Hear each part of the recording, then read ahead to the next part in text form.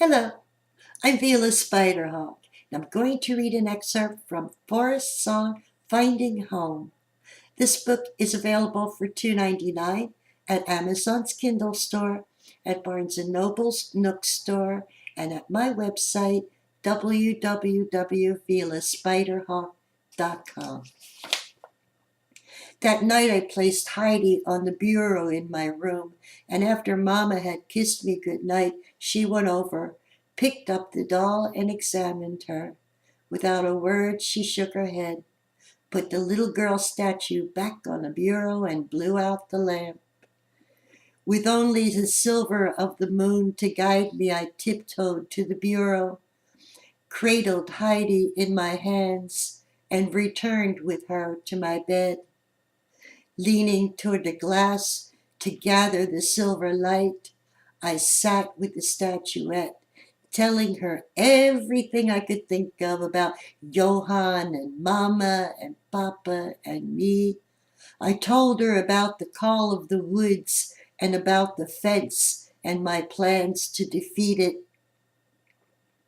I talked to her for such a long time, staring into her face that her head seemed to nod and her mouth appeared to move. And so I sat quietly and listened for her voice. I strained for a long time to hear what she was saying, holding her to my ear so I could catch the faintest sound. I listened so hard and for such a long time I didn't even notice that the moon had moved on, leaving us in total darkness. Still listening, I oozed into a thick black sleep, waking once in the night to crawl under the covers and cuddle little Heidi on my pillow. I awoke just as the sky was turning gray and heard the familiar forest song. "Did you hear that?" I asked Heidi, thrilled that in spite of the fence, the forest still had faith in me. She didn't respond. "Yes, I hear you," I assured the woods. "We're coming," I promised, as I had so often before. "We're coming soon." But my eyes would not stay open. Sleep overtook me on sweet, stealthy feet, and this time it carried a dream. In my dream, I sat at a rough wood table inside a windowless house that I did not know, but in which I knew I lived. There were 3 candles on the table, each burning at a different rate. The white one was just about gone, while the red one, the thickest of the 3, still stood about the height of my hand. The black one, the thinnest of them all, looked practically new, but it was burning fast. I worried that before long it would burn down too, and I'd have only the flicker of a single candle to light my important work. Pottery shards littered the table, and I was sorting them by color.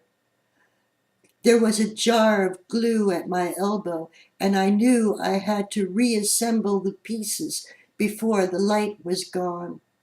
But each time I thought I had the colors separated, I found they were intermingled again. Bits of crystal glinted in the mixture too, shining rainbows into my eyes, so that even with the light, I couldn't quite see what I was doing. Heidi was there, a living girl, but the same size as the figurine, and she glowed with a blue light as if she wore a halo. She worked beside me at a frantic pace, kneeling among the colored splinters, trying to push them into the proper piles, bloodying her knees and her dress and her hands. I looked at my hands. They were bloody too. I woke up sobbing in my mother's arms. Hush, Judy, hush. She rocked me, resting her chin on my head and petting my hair. It was just a bad dream. It's all over now. But of course, it hadn't even begun. Again, this is from Forest Song, Finding Home.